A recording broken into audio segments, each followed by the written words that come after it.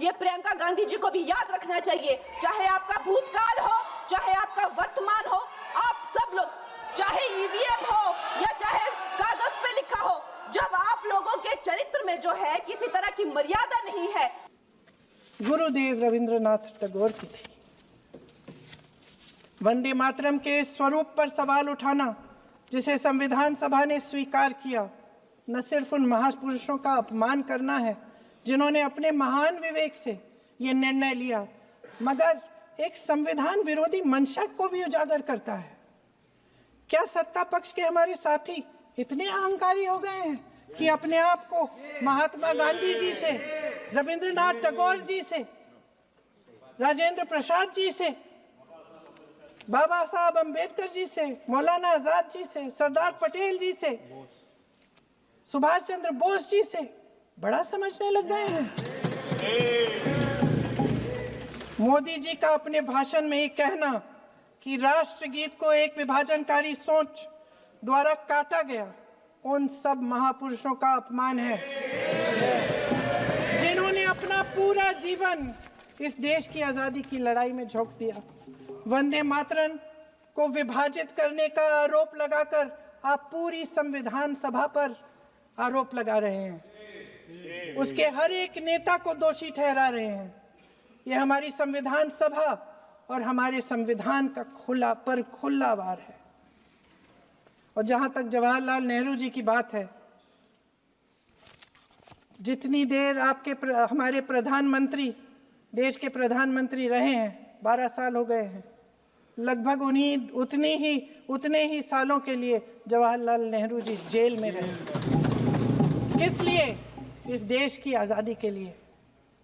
उसके बाद 17 साल के लिए प्रधानमंत्री रहे। आप बड़ी आलोचना करते हैं इनकी, लेकिन अगर इन्होंने इसरो नहीं बनाया होता तो आज आपका मंगलयान नहीं होता। अगर DRDO नहीं बनाया होता तो तेजस नहीं बनता। अगर IIT और IIM नहीं बनाए होते तो हम आज IT में आगे नहीं होते।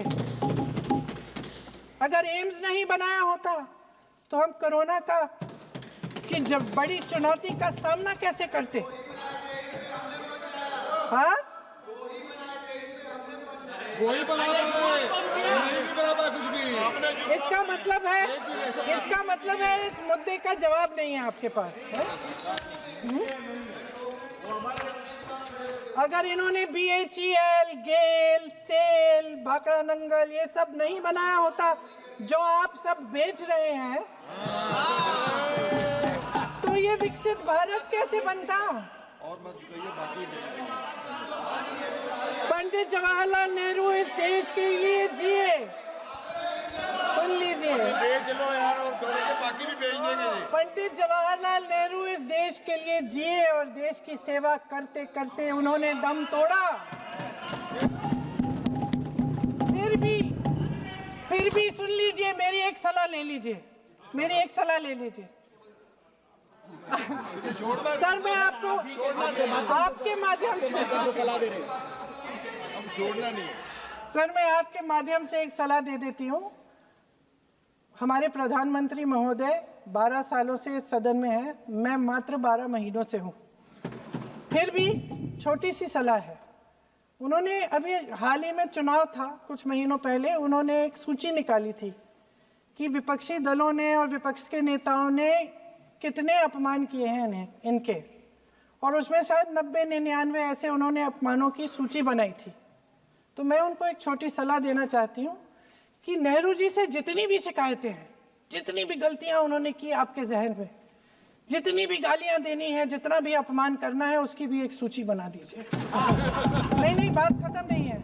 999 अपमान, 9,999 अपमान, सूची बना दीजिए और फिर हम एक समय निर्धारित करते हैं। जैसे हमने 10 घंटे आज वंदे मातरम पर हमने बहस किया है ना, उस तरह से हम अध्यक्ष महोदय जी से पूछेंगे, एक समय निर्धारित करेंगे, 10 घंटे, 20 घंटे, 40 घंटे, जितने घंटों में आपकी ये शिकायत पूरी हो जाए, माननीय सदस्य, आप शांत हो जाए और हम बहस कर लेंगे। लेकिन इस सदन का कीमती समय, जिसके लिए हमें यहाँ पे जनता ने भेजा है, जैसे हमें जनता की समस्याओं को हल करने के लिए चर्चा करनी चाहिए, इस्तेमाल करना चाहिए, उसको एसी के लिए इस्तेमाल करिए। उसके बाद जैसे अंग्रेजी में कहते हैं ना, जैसे अंग्रेजी में